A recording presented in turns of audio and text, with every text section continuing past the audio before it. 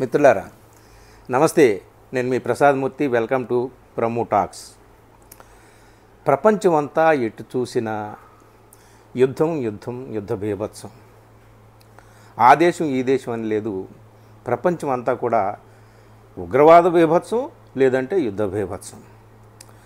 So ఈ సందర్భంగా మనం బుద్ధ పౌర్ణిమకు స్వాగతం చెబుతూ అసలు యుద్ధం మనిషికి అవసరమా, లేదా బుద్ధుడు చెప్పినటువంటి శాంతి, కరుణ, జాలి, సహజీవనం, సామరస్యం ఇలాంటి భావాలు అవసరమా? యుద్ధం వల్ల మనిషి ఎప్పుడైనా ఏమైనా సాధించాడా? నష్టం తప్ప లాభం ఏమైనా గడించాడా?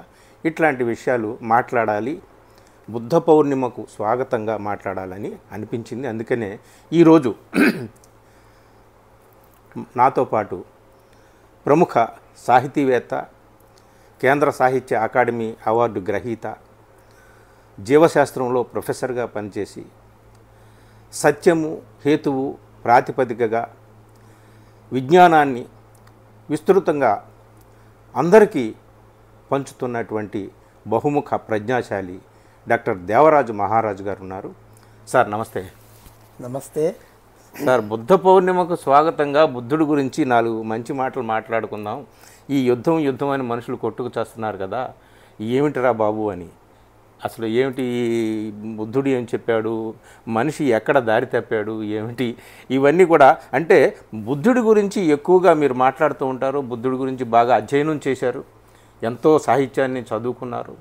స్వతహాగా మీరు కవి, రచయిత కాకుండా బౌద్ధ సాహిత్యాన్ని బాగా ఆకలింపు చేసుకున్నటువంటి మేధావిగా మీరు ఈ ప్రపంచానికి, మన తెలుగు పాఠకులకి ఏమైనా కొన్ని విషయాలు చెప్పాలి. చాలా మంచి విషయం. సార్, యుద్ధమా బౌద్ధమా అన్న అంశాన్ని మీరు ఈరోజు చర్చకు తీసుకొచ్చారు. అది నాకు చాలా సంతోషంగా ఉంది. ఓకే. ఇందులో మనం బుద్ధుడు చెప్పిన అంశాలేమిటి, వాటి సారాంశం ఏమిటి, అవి యుద్ధానికి దోహదం చేస్తున్నాయా, వ్యతిరేకిస్తున్నాయా అనేది ప్రేక్షకులు వాళ్ళే నిర్ణయించుకోవాలి. యుద్ధం ఒకటే ఉంటుంది, అది మనిషి తనతో తాను చేసే అంతర్యుద్ధం అన్నాడు మన భారతీయ తత్వవేత్త జిడ్డు కృష్ణమూర్తి. ఓకే. అంతర్గతంగా తనతో తాను చేసే యుద్ధంలో అతను ఎప్పుడైతే ఓడిపోతాడో అప్పుడే బయటి యుద్ధాలు ప్రారంభమవుతాయి అని అన్నాడు. బుద్ధుడు చెప్పింది కూడా అదే. సమాధిలో కూర్చోవటం, నీ మనసును ఆధీనంలో ఉంచుకోవటం, అవన్నీ 2600 ఏళ్ల కింద బుద్ధుడు చెప్పిన అంశాలు కూడా అవే. వాటిలో నుంచి అనేక మంది తాత్వికులు, వైజ్ఞానికులు, రాజకీయ నాయకులు అందరూ కొన్ని విషయాలను తీసుకొని వాళ్ళ జీవితంలో ముందుకొచ్చారు. ఇంకొక విషయం ఏముంటుంది అంటే యుద్ధం గురించి ఎప్పుడైనా కూడా, if we don't end war, war will end us. War will end us. దీన్ని దృష్టిలో పెట్టుకొని బుద్ధుడు చెప్పిన ఒక అంశాన్ని నేను ఇప్పుడు మీకు గుర్తు చేయదలుచుకున్నాను. We can't kill love. మనం ప్రేమను చంపలేము. Love can kill war. ప్రేమే యుద్ధాన్ని చంపేస్తుంది, అంటే ముగిస్తుంది అని అక్కడ అర్థం. నాకు మీరు యుద్ధమా బౌద్ధమా అనగానే ఒక 2 విషయాలు గుర్తొచ్చాయి. చెప్పండి. ఒకటి war and peace. The world famous Leo Tolstoy నవల, ప్రపంచాన్ని ఊపేసిన నవల, ఆ టైటిల్ గుర్తుకొచ్చింది. రెండోది అశోకుడు బౌద్ధం స్వీకరించి ఈ దేశాన్ని బౌద్ధమయం చేయటంలో ప్రముఖ పాత్ర వహించిన వాడు. అది ఎట్లా చేయగలిగాడు? ఒక అతి దారుణమైన యుద్ధం చేసి లక్షల మంది అక్కడ చనిపోతే వాళ్ళ మృత కళేబరాలు చూసి ఆయన మనసు ద్రవించి కరుణ రసం ఉప్పొంగి నేను ఇంత దుర్మార్గం ఎట్లా చేశాను అని తనలో తాను ఆలోచించుకొని ఇంకా దీనికి పరిష్కార మార్గం ఒక్కటే అని బౌద్ధం స్వీకరించాడు. తను అప్పటి వరకు ఉపయోగించిన ఆయుధాల్ని అక్కడ వదిలేశాడు. వదిలేసి బౌద్ధాన్ని స్వీకరించాడు. తరువాత ఇక మీకు తెలిసిన విషయమే, దేశవ్యాప్తంగా 84,000 స్తూపాలు వేయించాడు. ఎన్నో ఆరామాలు కట్టించాడు అశోకుడు. తన కొడుకును కూతురును కూడా బౌద్ధ ప్రచారానికి అంకితం చేశాడు. ఇవన్నీ చాలా ఇన్స్పైరింగ్గా ఉండే విషయాలు. మీరు యుద్ధమా బౌద్ధమా అనగానే నేను చరిత్రలోకి పోయి అశోకుడి యుద్ధము ఆయన బౌద్ధానికి ఎట్లా మారాల్సి వచ్చింది అనే విషయం గుర్తొచ్చి ఒక మాట చెప్పాను. ఇంకొక విషయం మీకు గుర్తు చేయదలుచుకున్నాను. ఒక ప్రఖ్యాత భౌతిక శాస్త్రవేత్త ఆయనే బ్లైజే పాస్కల్.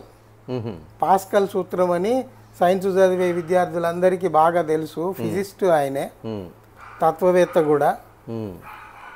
ఆయన ఒక ఇన్సిడెంట్ చెప్పాడు చూడండి, అది మనకు సరిగ్గా మనకిప్పుడు అన్వయించుకోవచ్చు. ఆ నది అవతల ఉండేవాడు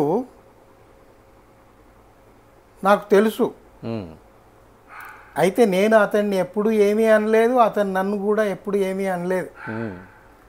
ఆయన నన్ను చూస్తుంటాడు, నన్ను ఆయన చూస్తుంటాడు తప్ప మా ఇద్దరి మధ్య ఏ రకమైన సంబంధం లేదు. కానీ ఈ కాలంలో ఏమైందంటే అతను ఉండే ప్రాంతానికి సంబంధించిన రాజుకు, నేను ఉండే ప్రాంతానికి సంబంధించిన రాజుకు ఏదో తగు వచ్చింది, యుద్ధం వచ్చింది. ఇప్పుడు పరిస్థితి ఎట్లా తెచ్చారంటే నేను అతన్ని చంపాలని, అతను నన్ను చంపాలని ఇప్పుడు పరిస్థితి తీసుకొచ్చారు. అసలు నేను అతన్ని చంపే హక్కు నాకెక్కడిది, అతను నన్ను చంపే హక్కు కూడా అతనికి ఎక్కడిది అని పాస్కల్ ప్రశ్నించాడు. చూడండి, పౌర జీవనంలో యుద్ధ ప్రభావం ఎలా ఉంటుంది అనేది ఆయన అక్కడ ఆవిష్కరించాడు. అయితే ఇక్కడ మనము బుద్ధుడి బోధనల సారాంశం గురించి చెప్పుకోవాలంటే బుద్ధుడు చెప్పిన పంచశీలకు వెళ్ళాలి. బౌద్ధం శీలం మీద అంటే క్యారెక్టర్ మీద ఆధారపడి ఉంది. అందరూ వాడుకలో బౌద్ధ మతం అంటారు. బౌద్ధం రిలీజియన్ కాదు, అది బౌద్ధం ధమ్మం మాత్రమే. ధమ్మం అని పాలి భాషలో అంటే మనం ధర్మము అంటున్నాం. ధర్మము అంటే ఇక్కడ మతం కాదు, న్యాయం, జస్టిస్. ఏది జస్టిస్ కోసం నిలబడుతుందో అది ధమ్మం.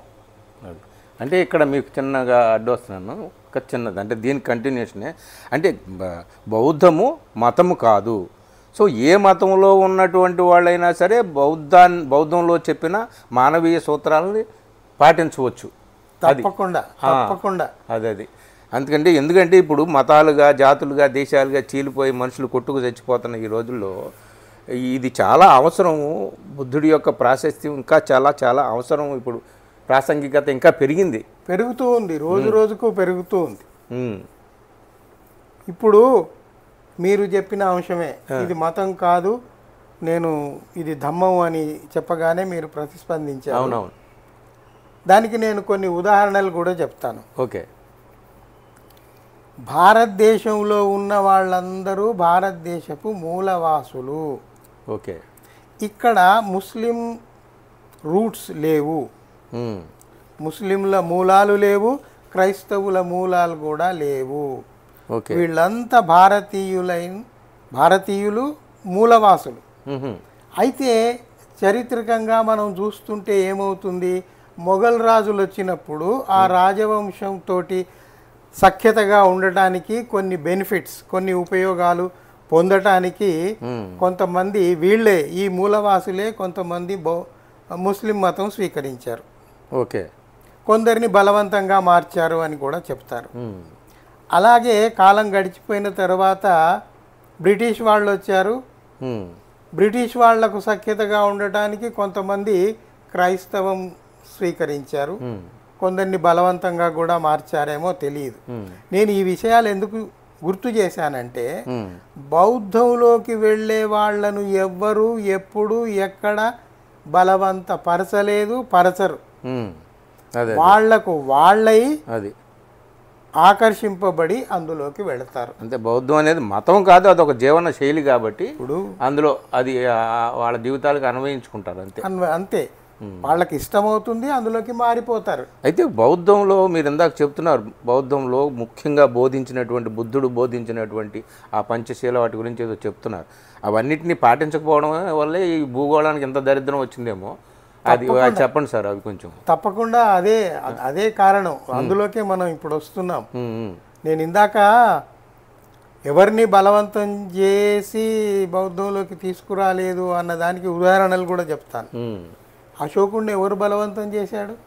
మానసిక పరివర్తన జరిగి ఆయనే మారిపోయాడు. ఇప్పుడు ఆధునిక కాలంలో డాక్టర్ బిఆర్ అంబేద్కర్ ఎందుకు పోయాడు? ఆయననే ఎవరు బలవంతం చేశారు? ఎవరూ చేయలేదు.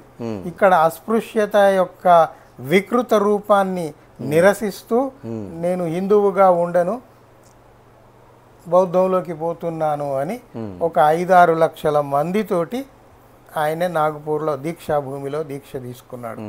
సరే, ఆ విషయాలు అట్లా ఉంచి మనం బుద్ధుడు ఏమి చెప్పాడు? శీల ప్రధానంగా ఉన్న ఈ బౌద్ధంలో వాళ్ళు పంచశీల అన్నారు. పంచ అంటే తెలుసు మనకు 5. ఈ 5 శీలాలు ఏమిటి? 1, అసత్యానికి దూరంగా ఉండండి. 2, దొంగతనానికి దూరంగా ఉండండి. 3, చేతల్లోనూ మాటల్లోనూ హింసను విడనాడండి. హింస అదేదైనా కావచ్చు, మన ఇంటి చుట్టూ ఉన్న జంతువుల్ని చంపటమే కావచ్చు, అడవి జంతువుల్ని చంపటమే కావచ్చు, ఇతర మనుషులను చంపటమే కావచ్చు, యుద్ధంలో పోయి హింసాత్మకమైన చర్యలు చేయటమే కావచ్చు, అంతర్గతంగా విభేదాలు వచ్చినందువల్ల మారణకాండలు సృష్టించి హింసను ప్రేరేపించటమే కావచ్చు. ఏదైనా హింసే. చేతల్లోనూ మాటల్లోనూ హింసను మానుకోండి అన్నాడు. 4, లైంగిక దుష్ప్రవర్తనకు దూరంగా ఉండండి. 5, మత్తుకు దూరంగా ఉండండి. ఇవి పంచశీల. బుద్ధుడు చెప్పిన ముఖ్యమైన పంచశీల సూత్రాలు ఇవి. అది అసలు ఎక్కడైతే హింసను వదలండి అని ఆయన చెప్పాడు, హింసనే పట్టుకొని మనిషి వేలాడుతున్నాడు. అందుకనే ఇన్ని దారుణాలు జరుగుతున్నాయి. యుద్ధాన్ని పక్కన పెట్టండి, నిత్య జీవితంలో హింస ఎంత ఉంది? ఆస్తుల కోసం కొద్దిపాటి. That is a classical example. 7 రూపాయల కొరకు ఒక హత్య జరిగిందండి. 7 రూపాయల కొరకు ఒకడినొకడు చంపుకున్నాడు. ఇది వార్తా పేపర్లో చదివే నేను మీకు చెప్తున్నాను. టీవీల్లో వచ్చిన న్యూస్ చూడండి, ఎంత హింస జరుగుతుంది రోజు. అసలు ఇంత అసహనం తోటి మనిషి బతికి ఏమి సాధించాలని? పక్కవాడిని ప్రేమ లేదు, పొరుగువాడన్న ప్రేమ లేదు. అసలు నువ్వు విశ్వమానవుడు ఎట్లా కాగలుగుతావు?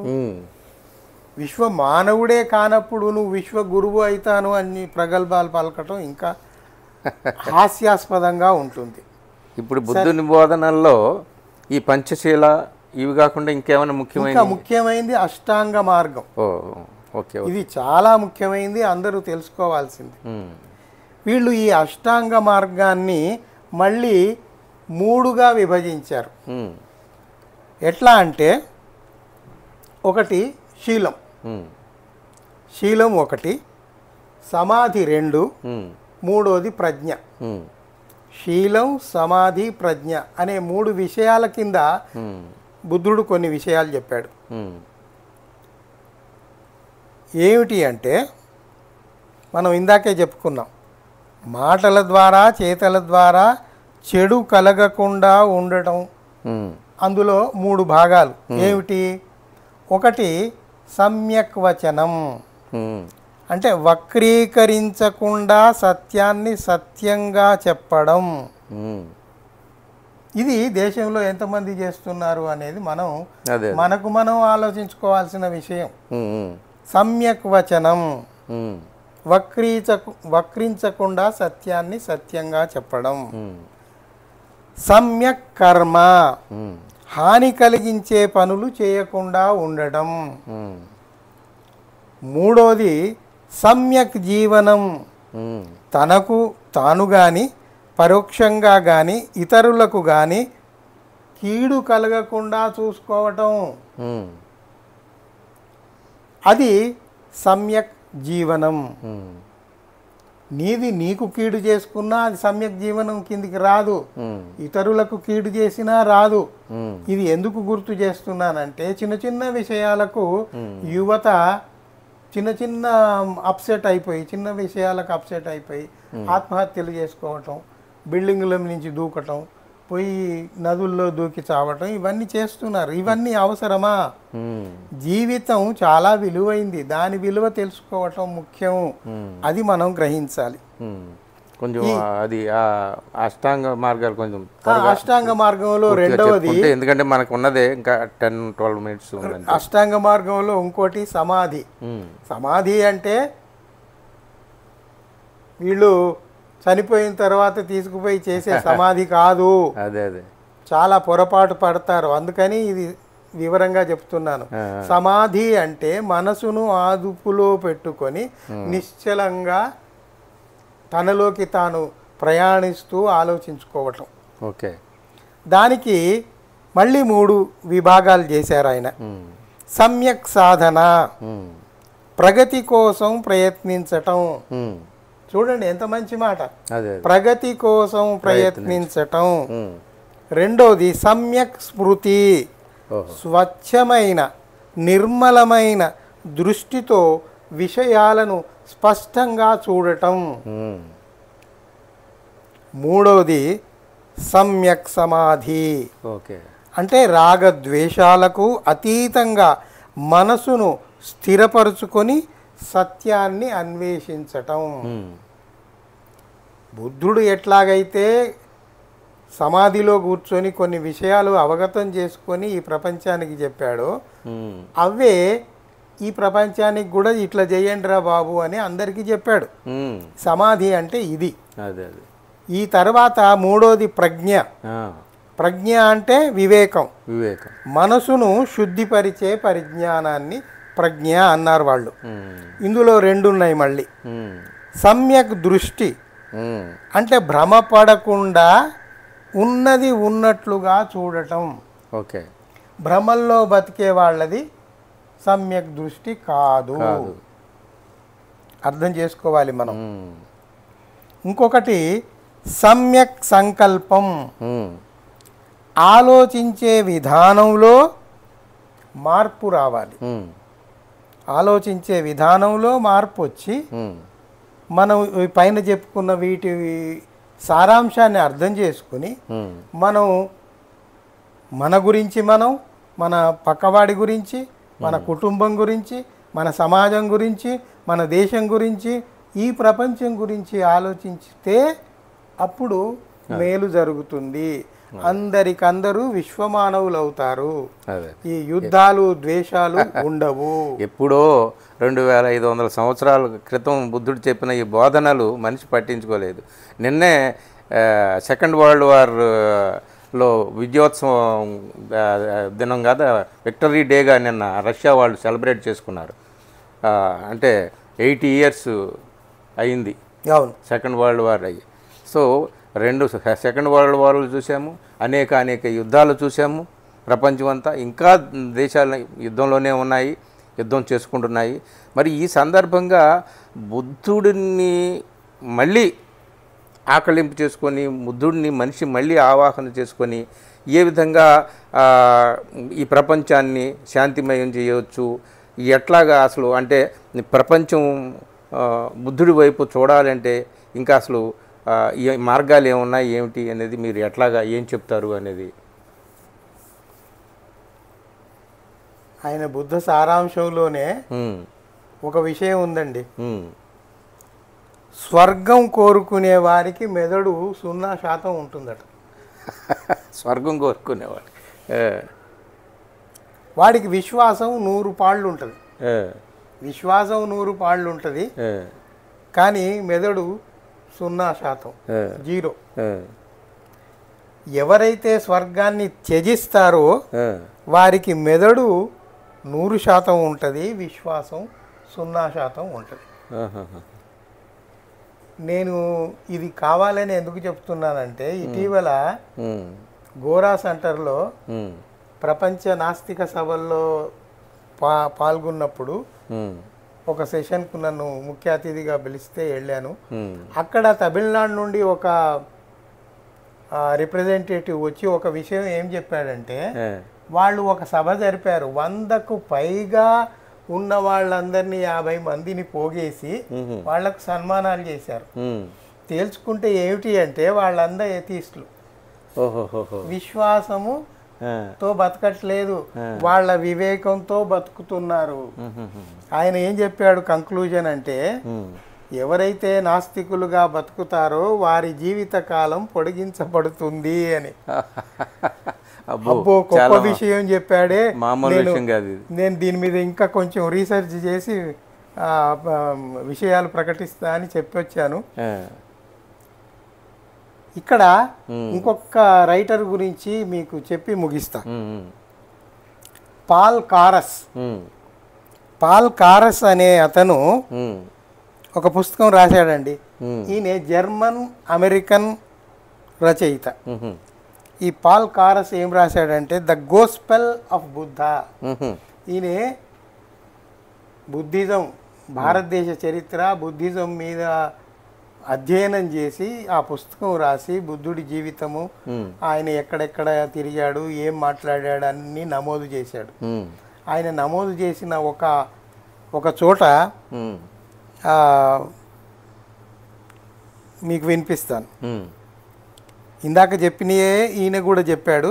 ఇవి మనం ఏదో కల్పించి చెప్తున్నామని అనుకోవద్దు.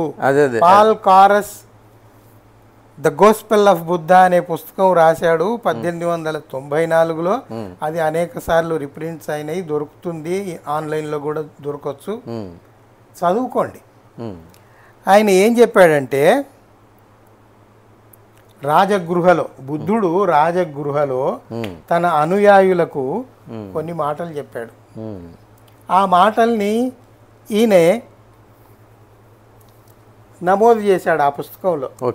ఆ పుస్తకంలో నమోదు చేసిన విషయాలకు తెలుగు అనువదించి నేను మీకు వినిపిస్తున్నాను. బుద్ధుడు ఏం చెప్పాడంటే, ఒకరినొకరు మోసగించుకోకండి, ఒకరినొకరు తక్కువ చేసి మాట్లాడుకోకండి, మీ ఆధిక్యతను చూపకండి, అది క్షణికం. కోపాలను, పగాను, ద్వేషాలను వదిలేయండి. తల్లి బిడ్డను 1000 కళ్ళతో ఎలా కాపలా కాస్తుందో, ఎలా రక్షించుకుంటుందో, ఎలా ప్రాణం ఇవ్వటానికైనా సిద్ధపడుతుందో, అలాంటి ప్రేమను మీరు అందరికీ పంచండి. చూడు ఎక్కడికి తీసుకుపోయాడు ఆయన. ఎప్పుడైనా ఎక్కడైనా ఎవరికైనా హక్కున చేర్చుకోవటానికి సిద్ధంగా ఉండండి.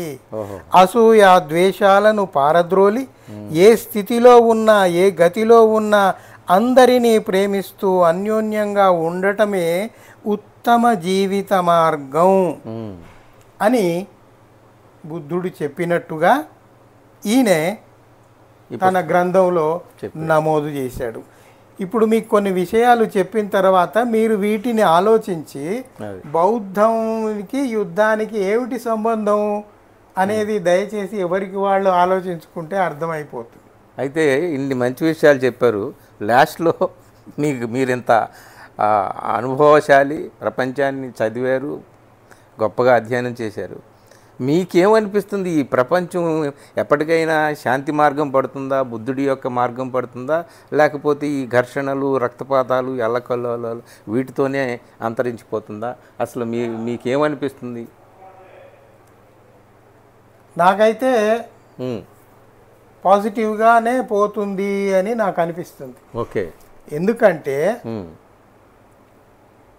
మొత్తం దేశం మారణకాండలతో చేసినా కూడా ఉమ్, అట్లాంటి స్టేట్స్లోనే, గుజరాత్లోనే ఎక్కువ సంఖ్యలో బౌద్ధం స్వీకరించారు.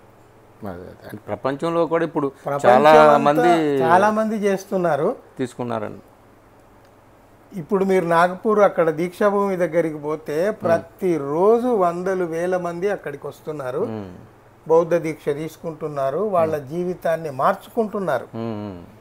ఈ ఉధృతి ముందు ఈ యుద్ధాలు, ఈ ద్వేషాన్ని పెంచి పెద్ద చేసే రాజకీయాలు ఎక్కువ కాలం కొనసాగుతాయి అని నేను మాత్రం అనుకోవట్లేదు. నేను ఆశావాదిని. అందువల్ల ప్రపంచమంతా శాంతిమయంగా ఉండాలి, సౌఖ్యవంతంగా జీవనం సాగించాలి. ఒక పెద్ద ప్రముఖ హేతువాది ఆమె లేడీ, ఆమె ఏమందంటే, ఒరే స్వర్గం అనేది ఎక్కడో లేదురా, దాన్ని నువ్వే కిందికి దించి ఈ భూతలం మీద ఏర్పరచుకోవాల్సి ఉంది. You have to establish that here on this earth అని చెప్పింది. అందువల్ల ప్రతి వాళ్ళు మనం ఆ పనిలోనే ఉండాలి.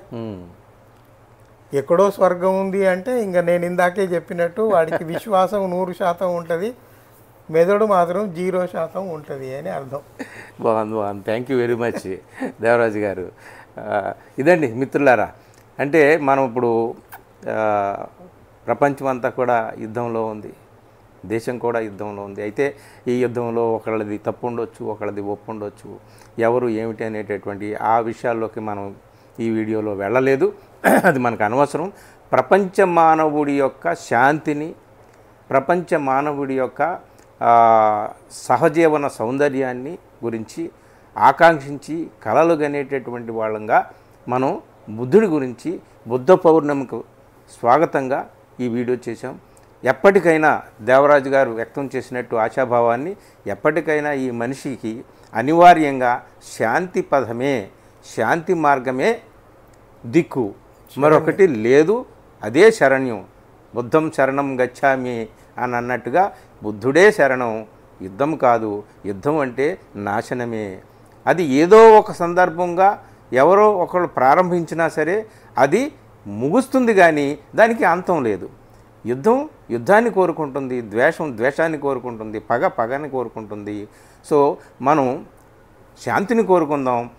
ఈ మానవాళ్ళంతా కూడా ఈ యుద్ధమయ వాతావరణాన్ని మొత్తం పూర్తిగా విడిచిపెట్టి ఎప్పటికో ఒకప్పటికి శాంతి చర్చలతో అందరూ కూడా సహోదర భావంతో అందరూ ఆనందంగా ఉంటారని ఉండాలని ఆశిద్దాం. థ్యాంక్ యూ దేవరాజు గారు, చాలా నమస్కారం. ఇది మిత్రులారా, వీడియో నచ్చితే మిత్రులకు షేర్ చేయండి. Thank you.